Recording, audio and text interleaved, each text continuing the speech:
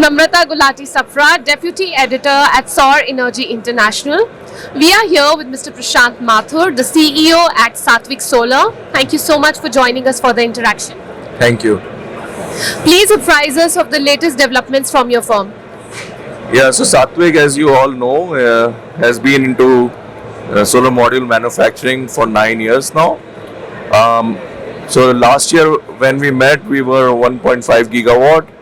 Today we are at 3 gigawatt module manufacturing. We are launching N-TOPCon, which is the latest technology in this show. So from P-type monoPERC last year, now we have TOPCon technology. We also have done major expansion in EPC and IPP business. So now, as our brand ambassador, Mr. Ravindra Jadeja, who is an all-rounder, we also consider ourselves as an all-rounder for this industry because we are not only manufacturing solar panels, we are also doing EPC and we are also doing IPP business. We are in retail, we are into C&I, utility, domestic and export. So we are doing all-round solution providing in this industry. Speaking about exports, tell us about your exports market. We have sizable presence now in North America with our office in Seattle. We also have 2 warehouses in US on the East Coast and on the West Coast. We are also present in Canada. We have customer base both in US and Canada. Apart from that, we are also looking at setting up manufacturing there. We are planning to do it within next 1 year. As you all know that IRA is also kicking in, which will give a benefit for manufacturing locally. So yes, so we have a sizable presence in North America. Apart from that, from a EPC point of view, we are also doing projects in North America and also looking at other projects in Philippines and in other parts of Asia and Africa and Middle East. So USA, I wanted to know what are your current capacities in USA and what are the production capacities that you're looking at going ahead into the future in the USA specifically? So currently we don't manufacture anything in US, but we are coming up with 1.5 gigawatt manufacturing, and the plan is to go into Texas.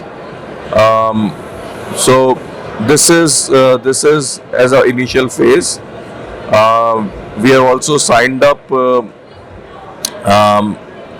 that with a. And also, with the coming of the IRA in the US, the next 2 to 3 years, the capacities are really going to go up in the US. So, how will this impact the Indian developers for whom the USA is a very important market? IRA is definitely kicking in, but US has a very high energy appetite. Today, I think US this year will do around 25 to 30 gigawatt of projects, and so is India around the same. But this is only expanding. I think US will end up doing about 40-45 gigawatt in the coming years.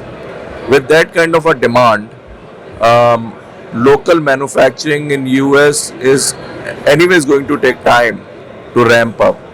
So there will be opportunities for local manufacturers as well as for manufacturers in India to supply. So there is enough business for everyone to survive. That's it. Also, as we speak to developers at the expo, we realize that the Middle East and African markets have become very prominent for the Indian solar sector. So, what are the reasons for this? You're talking about Middle East and Middle East and Africa. Africa.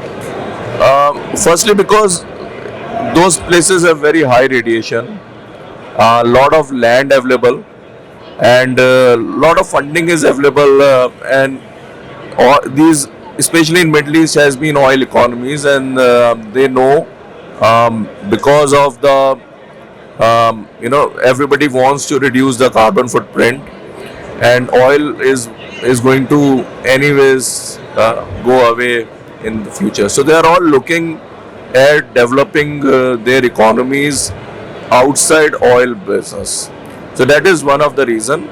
The reason why Africa is growing is because Africa has been um, underpowered, I would say, because as the economy is growing, so is their energy needs, and when there is energy needs, obviously, from non-renewable sources, they are now moving towards the renewable sources.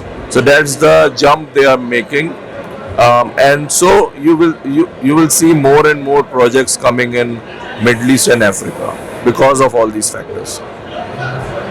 Also, the rooftop segment in India hasn't really picked up, and it's very rare to find the rooftop sector to go into the megawatt scale. And at a time like this, you had a 12 megawatt rooftop project in July. So, tell us about this project and tell us, why do you think that the rooftop segment hasn't been performing as well as it should have outside of Gujarat? It actually, this is a policy-driven industry, and Gujarat had fantastic policies which actually drove the rooftop business there.